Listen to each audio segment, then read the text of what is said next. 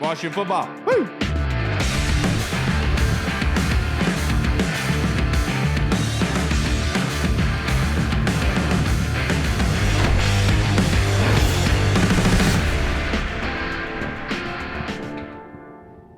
Right now, an audiobook.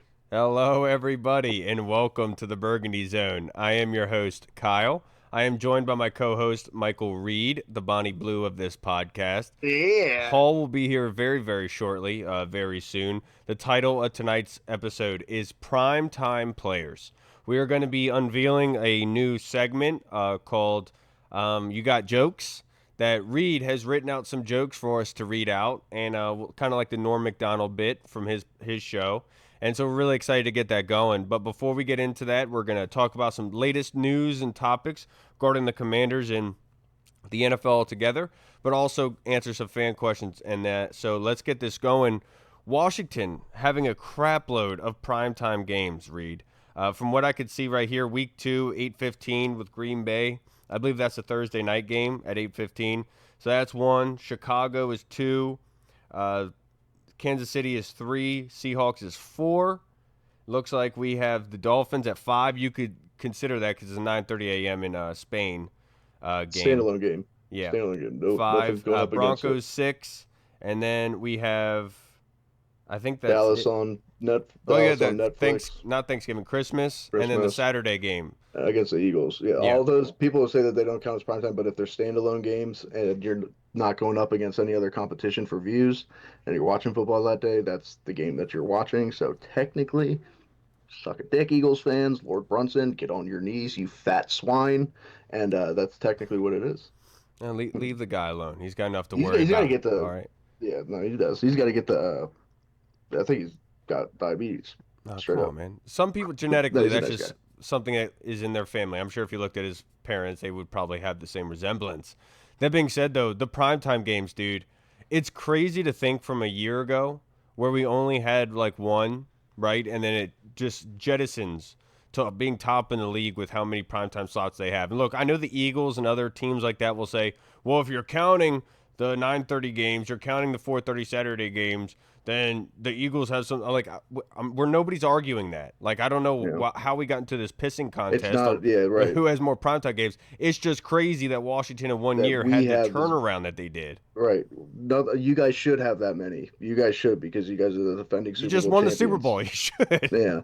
We have ours is strictly based off of the fact that we had a one-season turnaround, have a young, dynamic quarterback, and people are interested in us. That's why. That's what it is. We didn't win the Super Bowl. Yeah, I do love it, though, because it does, like, they don't even realize it, that it's showing a chink in the armor in, like, confidence and everything like that, they're, like, worrying about that. Like, why are you worried about us being happy about having so many primetime games? You know? But that and, like, the Dallas fans were chiming in on it, too. And it's like, they're like, we have a bunch, too. It's like, yeah, I know, you guys are Dallas. You guys, they always suck you. The NFL always sucks you off for the most marketable team in the world. We expected that. Eagles, you guys won the Super Bowl. We know that. Us. It's pretty interesting for us, so fucking chill out. Let's be happy for once. I saw a tweet today that said, or yesterday that said the Cowboys will have more primetime games than they'll have wins. And I was like, okay, that's really funny because it's probably true. Well, we also got to admit they were injured last year. Yeah, it was a down year for Dallas. Look, and I hate to say it, Dallas they'll be right back in the mix of things, I would imagine. Yes. I mean, just like you talked about, as long as they stay healthy. I do like the Pickens trade just because I want to see George Pickens fight every week. That'll be funny. Well, it's funny because I saw that, like, there was some video going around that CeeDee Lamb and Micah were stoking the flames, talking about Quinyon Mitchell, Quinyon everything, and saying that CeeDee's going to go ham on him and everything like that. Like, I was a huge fan of Quinyon Mitchell and everything like that. It's just weird that people are saying that he had no touchdowns allowed on him and stuff because, like, we saw Terry McLaurin do that ourselves. Yeah, Terry did it. Yeah. That was, I think they said that up until Terry did that, and then it was like, all right, well, we gave it 1. It's like, yeah, he did. He gave it up pretty bad, too. I mean, and that's the thing. Corners are good. Quinyon Mitchell's a stud. Cooper DeJean are studs. Would they be the same, the cornerbacks that they were last year if they didn't have the defensive line in front of them? That I don't know, but who's that for us to say? You know what I'm saying? They're still fantastic. All you can do is judge them. Regardless, we got sidetracked off of it. The primetime games. and the strength of schedule, because there are a lot of they have a very tough schedule this year. They're going against Miami. They're going against Kansas City. They obviously the gauntlet of the last 5 games with Minnesota, Philly, New York, Dallas, all to end the season there, and not including these other teams like the Packers that they have to play as well, the Lions, and we're not going to include the Bears into Denver, that one. What'd you say? Denver was Denver good last too. year. Yeah. Yeah, and so like with that strength of schedule, with the amount of primetime games, is that more of a concern for you, or is it more of excitement? Right now I'm excited. I'm sure during the season it'll be a little bit of I'll be concerned, but every year, I mean, you can't really base anything off the season before, except for the early games, because every season's so different. Teams always take step back. Some teams Right. surprise, like we did last year, and you take a few steps forward. So, really can't judge it until the season, kind of see how the season plays out because of injuries, things like that. Teams underperforming, so right now, it's just exciting. Right now, I'm pumped. I mean, you get to see Jaden going up against Caleb again. You get to see him going up against J.J. McCarthy this time. You get to see him going up against Michael Penix. The only rookie quarterback that you don't get to see him go up against this year is Drake May. Or, I'm sorry, quarterback from his class is Drake May. So it'll be interesting to see. I'm excited to see J.J. McCarthy. Bo Nix he's going up against. So I'm pumped for it, man. You're not more excited than Thor Nystrom, I don't think anybody's more excited about J.J. McCarthy than Thor. the personal cheerleader of JJ McCarthy. But we Yeah. brought up and talked about Caleb Williams a little bit. I did want to talk about this, like the latest news in regards to his dad, like said in a book that the Chicago staff didn't teach him how to watch film. He would watch film alone, type stuff. Kind of leaving him to the wolves in the sense of a rookie quarterback. And I kind of wanted to get your opinion on it. Yeah, I mean that's just kind of goes to show you the entire thing was just like you can't blame Caleb for not wanting to go to the Bears. At the same time, he did end up being like, yeah, after he went to Chicago and stuff, he was like, yeah, I'm down to go there. I like what they're doing, but like it just doesn't really sit well with you. Just the whole thing about him like them weighing options of him playing in the UFL for a year. It's like doesn't really help those diva accusations. But at the same time, then the film thing, that's look at how can you expect Caleb to know what he doesn't know? So like the fact that the coaches weren't on top of that and getting him like being like this is what we do, this is how we do it every week. I mean, wasn't Jaden going and like sitting in like other meetings, other position groups meetings and stuff and film study just to Yeah. kind of help them and see how stuff broke down? Like that's what you want to see. And the fact that nobody did that with Caleb sucks, man, because he's so talented and he's so good, and they had so many good players last year, like especially at receiver. They're gonna have more this year as well, but like it could have been something special, and instead it's just like what for whatever reason. So we'll see if that's a Caleb thing or if that was a legitimate coaching staff thing. I'll tell you, I am shocked that the guy who would wear nail polish would be gossiping behind the backs. I mean, you wear nail polish. I mean, I'm just saying, it's just very surprising to me to hear that. But the weird thing about it is, as a leader, right, being the number one overall pick, there's a lot of weight on your shoulders. We all know this from playing quarterback in the NFL is the hardest job in the world, of course. But as a man, as a leader, if there's no one above you showcasing that leadership, shouldn't you be? And you would think that your immediate reaction would be to watch film with your peers at least. To at least have a group kind of setting so you can have that control type element where you could be able to help one another be able to do it. When his dad said that he was watching film alone, the first thing to me was, well, that's isolation. Like you don't have to Yeah, watch film alone. You as a leader, you can almost say, "Guys, you guys want to come watch film with me today? Do something yeah, like, you know what I yeah. mean?"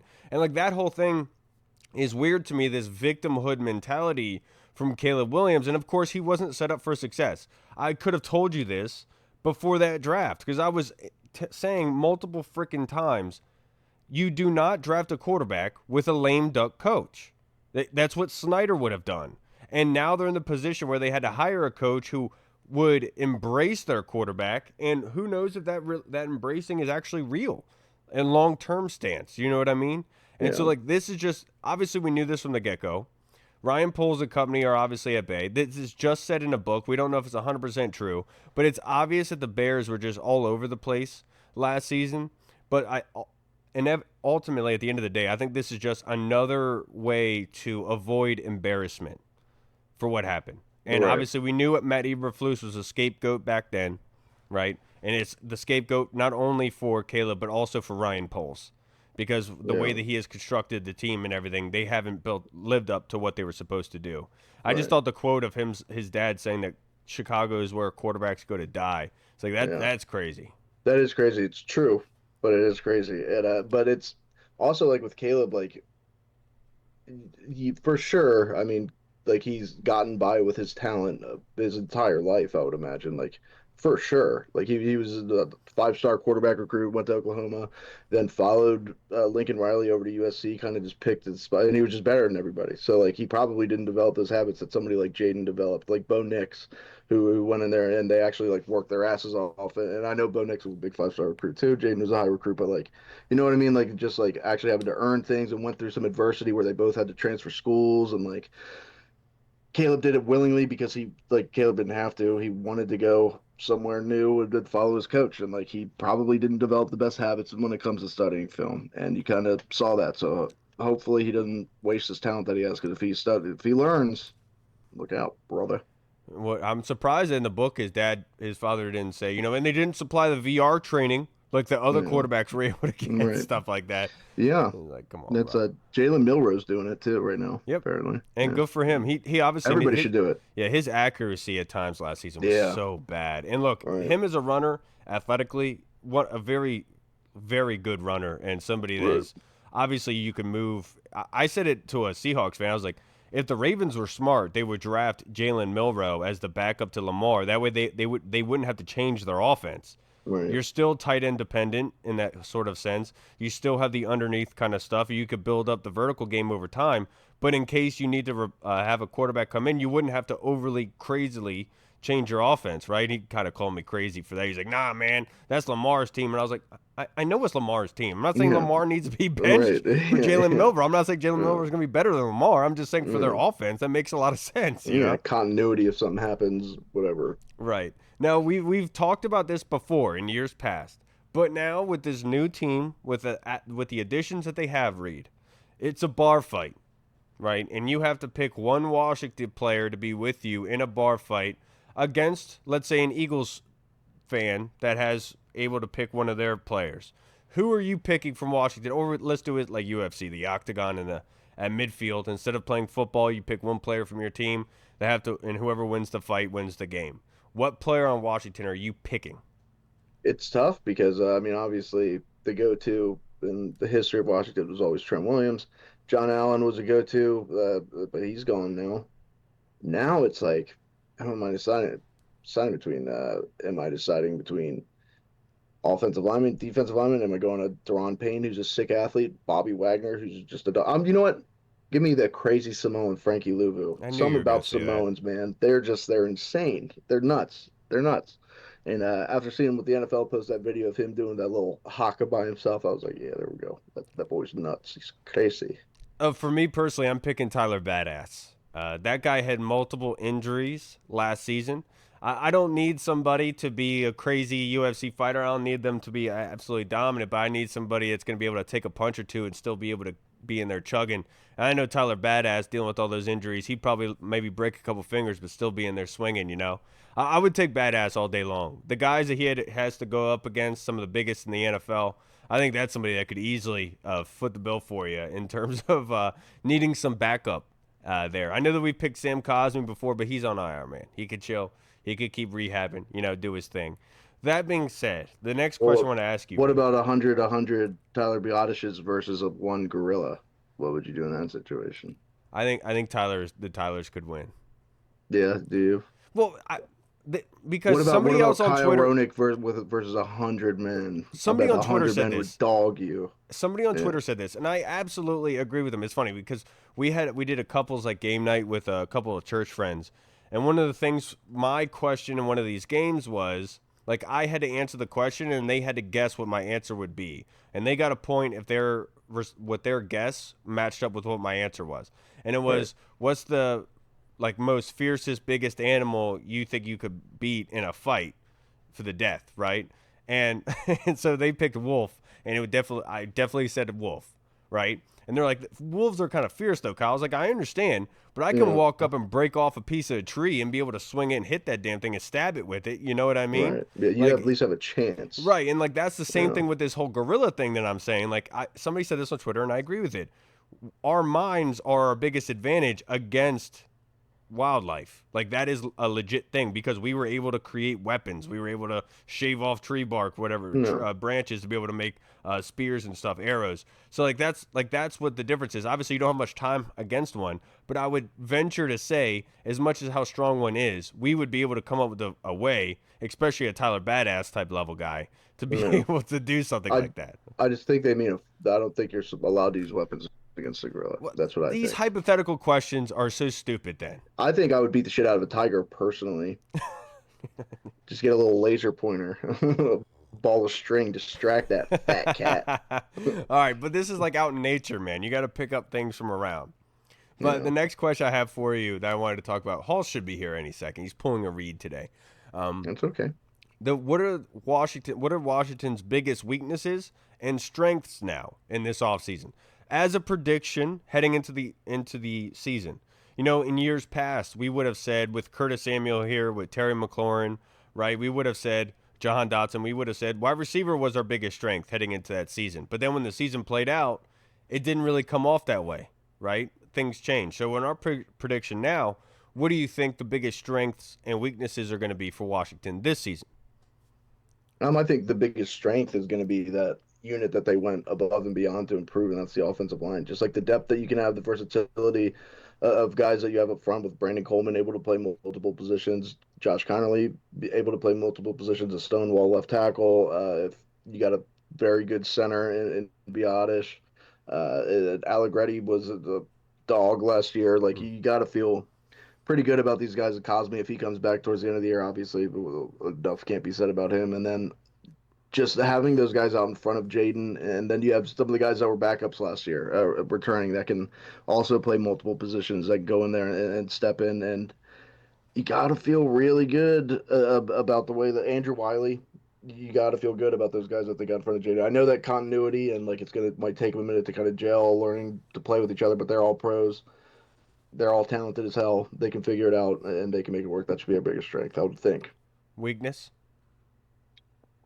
Pass rush. I know that you can dial up ways, and that's the easy answer. But edge rusher, especially, just not having that guy that we thought we were going to get, whose sole goal is to get to the quarterback and play fantastic. And look, you can dial up pressure other ways. I mean, we saw Frankie Louvu have a good amount of sacks last year. Bobby Wagner can blitz the quarterback. Dorrance Armstrong, we know that he can be solid all around, and you can dial up some of these guys with the multiple fronts that they're going to be able to use with some of the new guys that they brought in, Dietrich Wise, and then what's his face, Dr. Fett, who played for San Fran and then New York. I forget his name off the top of my head right now, but Javon you Kinlaw? gotta, yeah, Javon Kinlaw. He can play multiple places up front. He's probably going to play a big end. He can play nose tackle. He can play three. He can play four. You can do whatever. And they're going to line these guys up all over the place. But getting to the quarterback is going to be. It's not where we wanted it to be, and that should be the biggest weakness, I would imagine.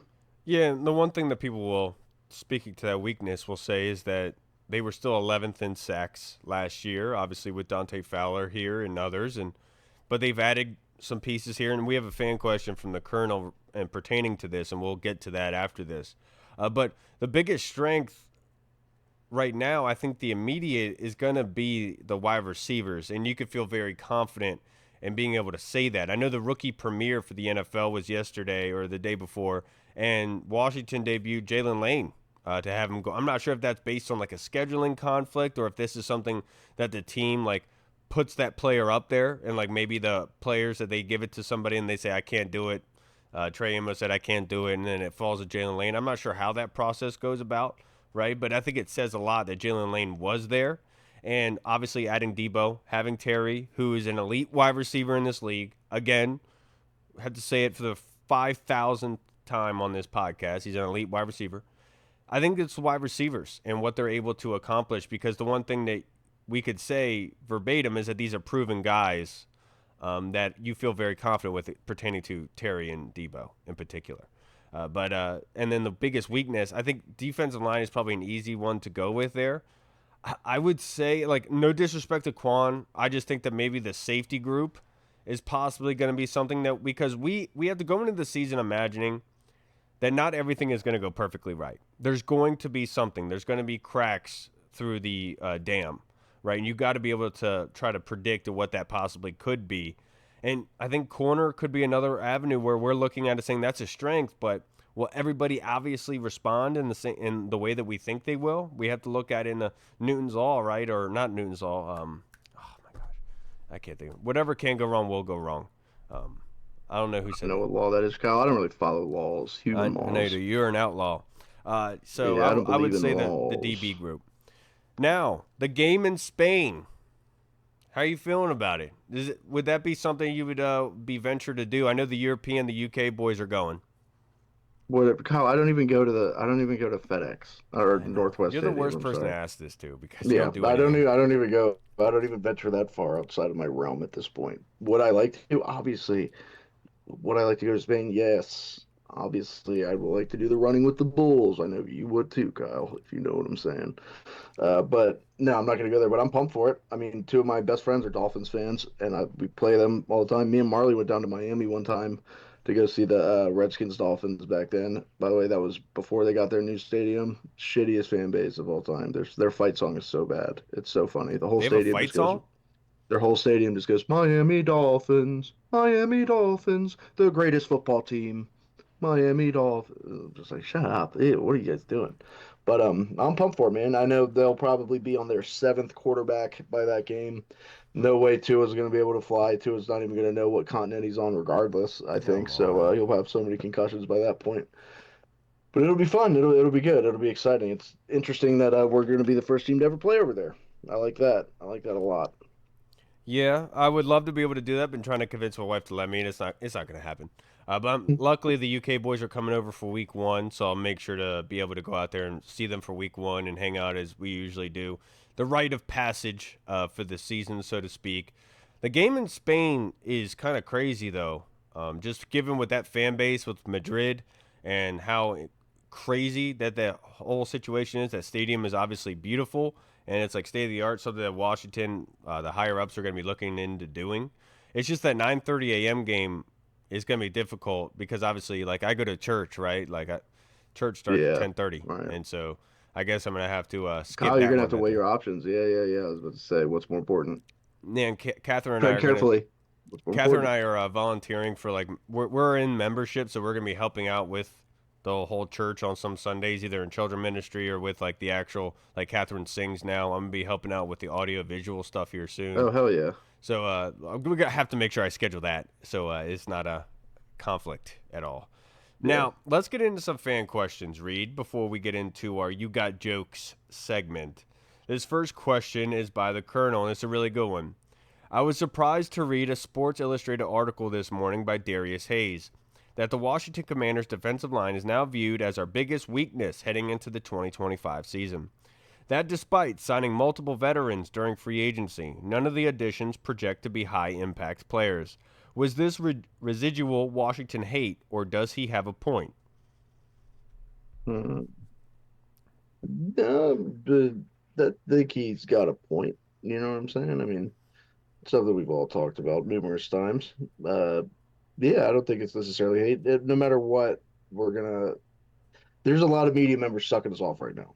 You got to remember that. And no matter what, the NFL is. Look at the amount of standalone and primetime games we have. So it kind of is what it is. It comes with the territory. You're going to have weaknesses. You're going to have bad parts of your team that they're going to talk about whenever they get the opportunity to. So Yeah, I think the way that Darius Hayes is writing this, Colonel, it seems that it's based on pass rush, which we can all agree with. We can understand that maybe they won't have the four pressuring be able to be productive in the sense that they can be able to drop everyone back into you zone just on bring four. yeah, Yeah. just on a constant basis. I think it's going to be very much dependent on adding more to the equation and from the linebacker or safety corner. And honestly, at this point, I could see where they would say, is adding one guy who has that ability really going to produce anything for us right now?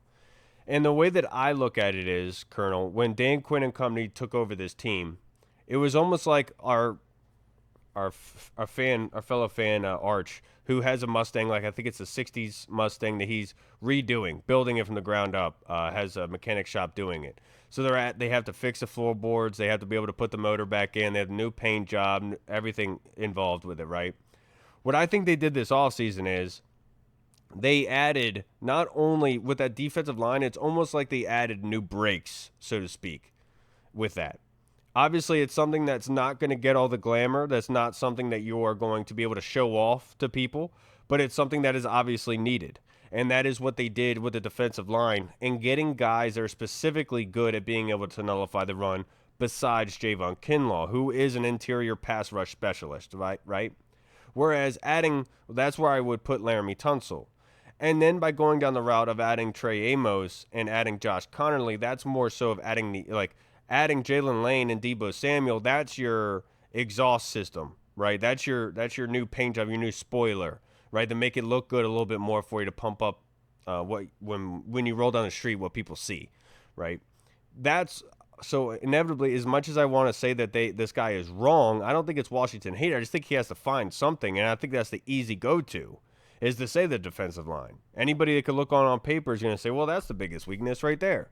It's not crazy to say that. They have big names in a lot of positions, especially defensively. They got Marshawn Lattimore. They got Bobby Wagner, Frankie Louvu, you could say at this point. Do they have that kind of player on the defensive line right now? No.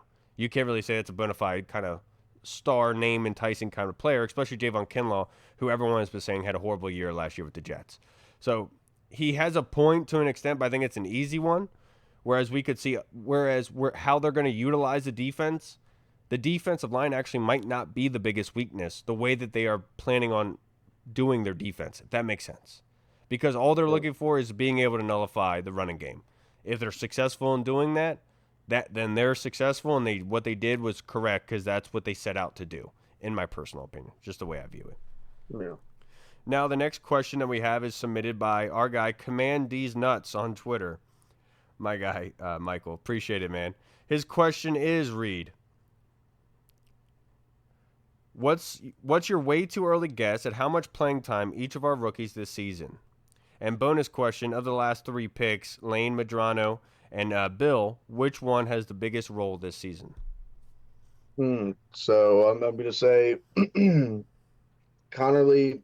Obviously, that's an easy one, but I do think Connerly starts every game. I know it's going to be an adjustment for him moving to right tackle if that's where he sticks. I would imagine that it would be. He hasn't played right tackle much, but at all. But he's just so talented. I think that you want to get him out there. I'm going to say he's going to play a lot. And towards the back, which of those 3? I mean, I would imagine Jalen Lane, just because you got the punt return aspect. I think he's going to be your slot receiver day one. I think he's going to be fantastic. You can move him all over. You could even use him on the outside and put Debo in the slot. But a dark horse there is Ja'Cory. I don't even remember his last, Merritt Krosky, or Krosky Merritt, whichever way it goes. Old Krosky Bill. Merritt, yes. Yeah, dude, that guy he's a stud.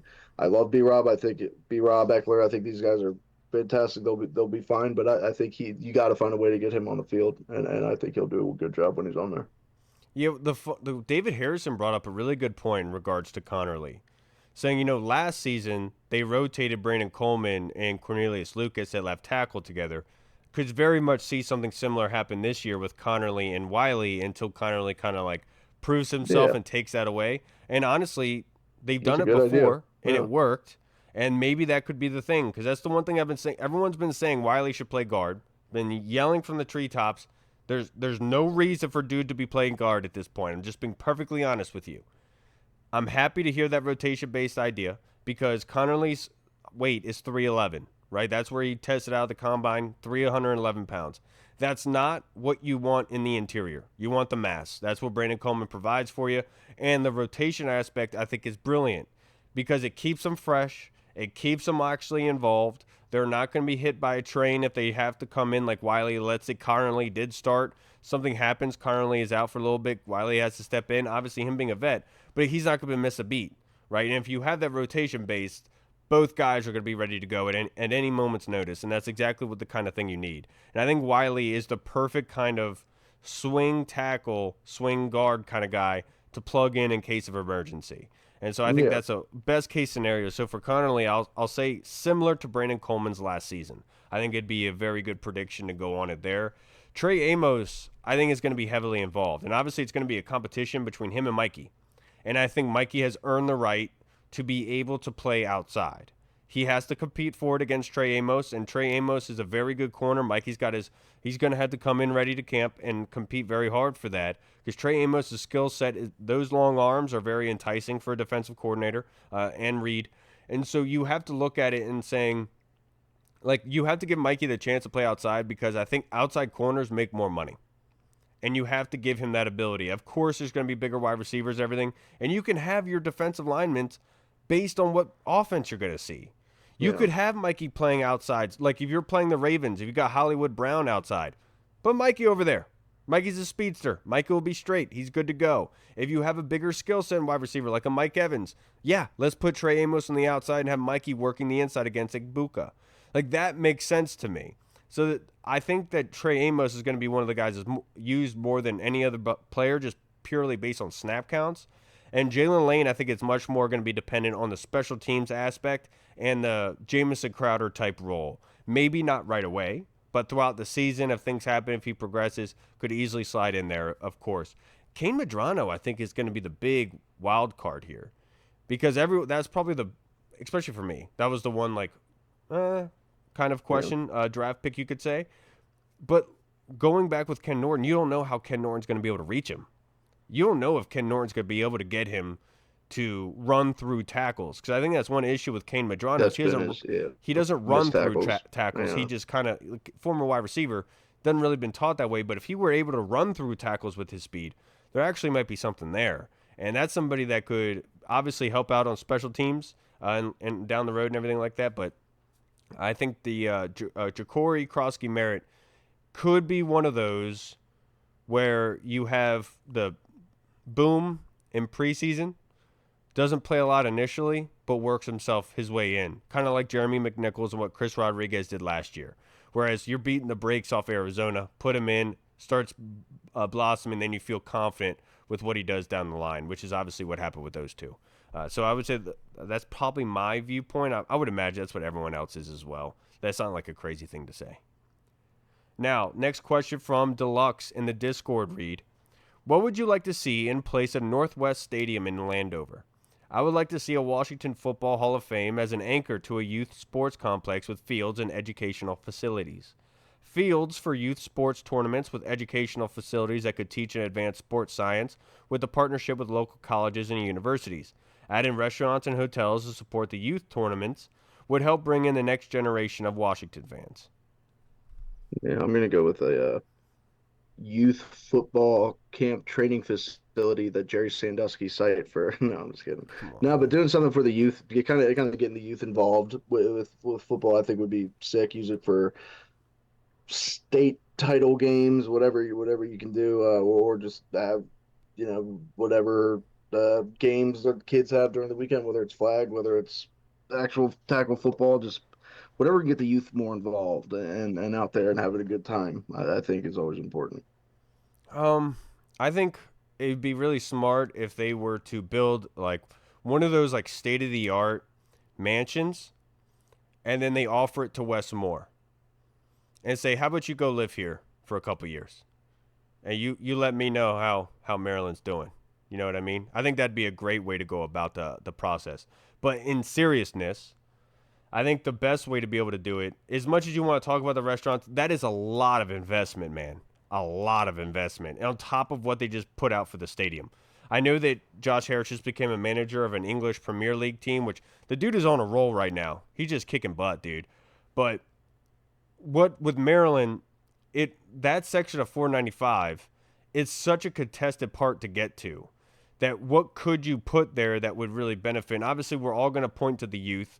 We're all going to want to do that, of course. I know Dan Snyder would probably want to put a Top Golf there just to do it. You know, obviously, he partly owns it. It's hard for me to say. I think your guys' responses were really good. But I would love to be able to see like a paintball field or laser tag or like state of the art laser tag. Like that's what needs to happen, man. That's what needs to happen. We need to bring laser tag back because those days have gone, my friend. Did you see that Shane Gillis and Matt did a podcast at a laser tag? They At the rented it out. laser tag, Yeah, yeah, yeah. I was like, that's such a Laser great tag, idea. that'd be sick. They have footage of it on the Patreon and then playing. I never watched it, so but I Oh, remember that episode. That episode was funny. I That was like, episode was okay. tight. It was tight. That's exactly what I would do. No, I love what you're talking. I know you've talked before about a museum and everything. Like they've talked about, they're not leaving Virginia. I think they've said that, even if they have the stadium in D.C., which I think says a lot because I'm not sure exactly Yeah, what's going to happen with Maryland. But to your point, if you're going to invest in that sort of land, in that sort of area market, you're going to want something in return. And housing is one of those that's always going to be brought up. I know you brought up restaurants and everything like that. But I think based on how much money they're investing into the stadium, I think it's going to be very hard to achieve what they are trying to achieve in that area. I think it's very, very difficult, in my personal opinion. It's just how I feel about it. yeah. Now, the next question, this is from Deluxe. Now that the schedule is out, what game are you most excited to see? Thoughts on the last four games being divisional? Mm, so which games am I most excited to see? Yeah. I, I mean, honestly, I think it's that final stretch. I am pumped for that. Four straight games, four straight divisional games, and it's gonna be exciting. I think that having to play the Eagles 2 weeks apart, it's week 16, week 18, is tough. But hey, man, you're in this position for a reason. I think they set the schedule up like that for a reason. I think that they would like for it to shake out to where we're either playing for the division or we're playing to get into the playoffs, whatever have you. So I think that's exciting. But I'm very excited for the Vikings game right now, just because I do want to see JJ McCarthy. I have been listening to Thor, and Thor has been hyping me up on him for almost 2 years now, and I do want to see what he can do. And that'll, but I mean, of course, by then I might also say JJ McCarthy sucks. Who cares? But I am excited for it as of right now. For me, I know that everyone will probably say Chicago. I would personally probably say Philly, just terms of divisional. But overall, dude, I think it's the Kansas City game. Kansas City has been that bar for many years. And of course, they lost in the Super Bowl last year, of course, which we would have loved to be able to see them beat the brakes off of the Eagles, but it didn't happen. Because good things don't happen for us, you know. But Kansas City, that kind of level for Jaden Daniels, you know, what's the old term? If you want to be the best, you got to beat the best. And that's the one game that could really dictate on how Washington is looked at from there on out. Have they really progressed? Have they taken that next step with these additions of Laramie Tunsil, with Debo Samuel, getting Trey Amos, Marshawn Lattimore? Is this the right step in the right direction, going against the best of the best? Because if you're able to be competitive, if you're able to win that football game, that is something that Washington was not able to do in Dan Snyder's entire tenure, was be able to win a game like that. That kind of stamping to say we are legitimate, we are actually here to contend for a championship. It's that game. It's Kansas City, Week 8 at 8:15. I think that's Monday night or Sunday night football. That's one I'm circling. I'm most Yeah. excited about, without a doubt. By the way, that reminds me, just talking about Kansas City reminded me of people talking about having a lottery for the NFL draft. No, Dude, because the NBA, we know they size theirs. They you know what they do because they want their big city teams to do best big markets. NFL's number one team has been the Kansas City Chiefs, just some random team out in the Midwest you're right. in a shitty area. Green Bay just hosted the draft of town. Like it's like that's why the NFL is so tight. That's why the NFL is so good because it's anybody. It could be anybody. It's not necessarily just a big market team that they're pumping up. Well, that's the difference between the NFL and the NBA, That's what I where mean. the Yeah. NBA has dwindling type of numbers. They don't have the same control they had before, so they're trying to retain what they already have. Right. Right. Where the NFL, it's the product produces the numbers, Yeah. right? Right. And that's exactly what happens in the difference between the two. And I know the NBA is shook. Anthony Edwards is the new face of the NBA, as Anthony much as Edwards is the man. he Yeah, he's is. tight. He's so good. I've said it for a while that he is the new face of the NBA. I watched like one game last season, literally Yeah, I all of was like, last season. I was like, yeah, yeah, Anthony Edwards is the future of the yeah, NBA. yeah. He's the one to be taken over for LeBron as much as because He, the NBA is based on stars. That's all it dude, is. yeah, oh yeah. And the NBA though is what is? I think I read a thing that NFL preseason games have gotten higher ratings than some of the NBA. playoff games, and it's like, hey, Hey, yeah. Jesus, I don't watch NBA anymore. I don't care. Well, it's America's sport, I know you you're a know. WNBA guy, Kyle. Big one. That Caitlin Clark, Yeah, Angel Reese. yeah, that's one of my favorite rivalries in all sports. We got to understand, rivalries make leagues and games. Like it Yeah, really hell pumps yeah. things up. As much as everyone wants to I'm point this not, I'm out to not be a kidding. negative It's tight. thing, I like that they have it. yeah, Yeah, like yeah, as yeah. much as everyone likes to point this to being a Right. negative thing, it actually is a good thing for the NBA because you want Yeah. that controversy of a rivalry like that, regardless Mm-hmm. of the racial tensions and everything. It's good to bring eyes onto the NBA. I think we can Yeah. all say that with confidence. You know, it would be a really good idea if they wanted to bring more viewership. They could they could replace all the players with men. Now the next question, what the thoughts on the last four games being divisional? I love it based on what the bye week is. Last year we were complaining about such a late bye week, but this year I actually think it's a positive in the sense that they actually had that rest week before that gauntlet of the last 5 weeks, and they can actually be able to get somewhat healthy before that stretch of my bad before that stretch of Minnesota. Then no, it's Denver, Minnesota, Giants, Eagles, Cowboys, Eagles. That's a beautiful thing to see. Because what would we be saying, Reed, if the bye week was early in the season and we had We'd that be gauntlet at the end saying of the season? We'd be saying, we'd be "Oh saying, man, "What the hell? This is exactly, horseshit. This is so stupid. God hates me. He wants me to die. Nobody likes me." That's what we would say. Sorry, I thought we were talking about me. stupid." Yeah, but I think it's a good situation for Washington to be in. Now the next question: did Reed create a player? Tug Buck. First of all, Tug Buck. Do you see that picture? Yeah, I did. That guy rules. That's the coolest guy of all time. That I can't looks say like it anything. looks like if you were to ask AI to be able to create Peak male a typical performance. American football Yeah. player in the Midwest, Right. like that's what it would Is he produce. real? Is he actually real? I don't know. Nobody knows, I don't think. Because first of all, if he is sickest name of all time, Tug Buck, just the name, calling somebody Tug, is so sick. But Oh, then, Tugga, yeah, giving him, he's got South a Park Fu bit. Manchu, he's got the mullet, he just looks like a dog, and I like that about him. I would, hey, you Yeah, know, Reed doesn't come into the Discord very often, but whenever somebody uploads something like that, Reed I is do. very And invested. whenever I see my name, because I see everything you guys say, I'm always monitoring, always. And then every once in a while, I'll see my name and I'll say, who called me? Who summoned me? Yeah, I know Who Dan was it? loves War Mode, so I love that you're wearing that hat. Does Dan listen to War Mode? He loved like it's a joke that we would always upload into the group chat whenever Uh, War Mode came out with one. Like yeah, hell it's yeah. just a funny bit. Hell yeah. Dudes coming out of the ground, coming out of trash cans, dumpsters, whatever. Yeah. It's a great thing. Now let's get into Hall fell asleep, of course, That's but let's okay. get into our segment, dude. This is your stage, Reed. No pressure whatsoever, man. How are we gonna do it? It's just you and I. It's fun. We can I'm go just back gonna and text forth. him. If you want to I'm just send me gonna. one, but Yeah, if yeah, you yeah. We'll go send back me and forth. one, but you started Yeah. out with your joke. If you want to explain how you did these jokes first, just so Oh, I we're didn't write them. stupid. I sent one to you, Kyle. You can. I'll give you. I'll let you read the first one, unless you want me to. No, no, you read that one. All right. You just read it. Don't look at it. Just read it.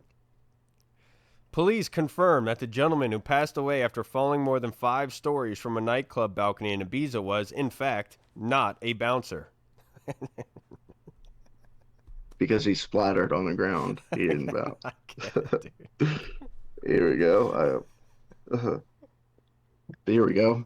This one, I don't know who did this one. I think Hall wrote this one.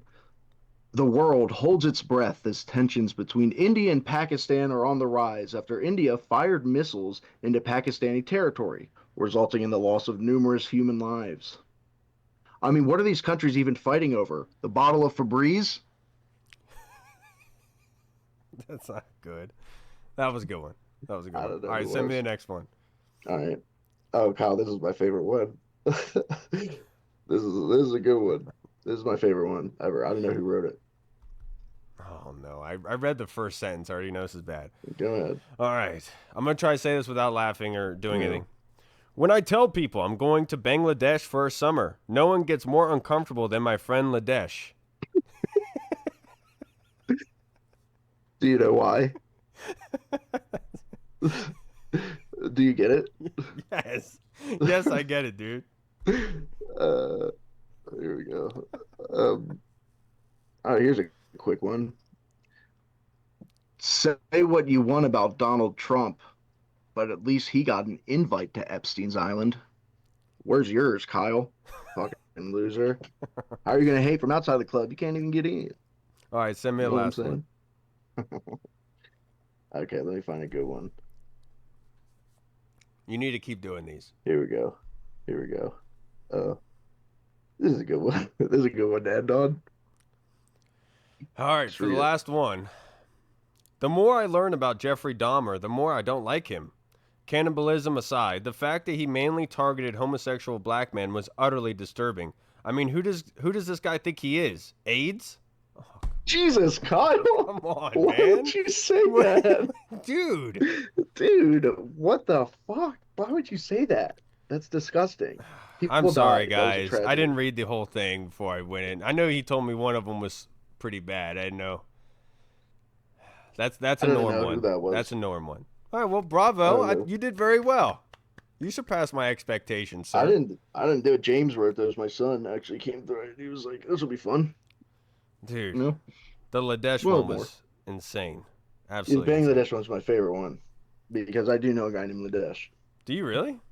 No, I don't. I don't think anybody's named Well, Ladesh. I There made probably is. I made a joke to Hall last episode that it's just I think it's ironic that Thailand's capital is Bangkok, given Yeah, with like the because you know what you're. recent That's what you're doing when you're going over yeah there. with all the Yeah, lady yeah. boys or whatever. All the little lady boys. Lady boys, though, they're. That's the future. That's the future is lady boys. You started that trend. To wrap Yeah, this up, dude. dude, let's do just a couple predictions. Biggest surprise player of the season, you think? Mm. You know what? I am going to go with beep boop beep boop boop boop computing, Kyle, computing. I'm gonna go with Ja'Cory Krosky, Merritt Krosky, whatever it is, JCM, JMC, whatever. Dude, after like when you watch him, you understand why people were so high on him before this past season when he had to sit out. Like he is a very, very good running back who can pick up yards, who can do things that a lot of guys on this team can't or don't do.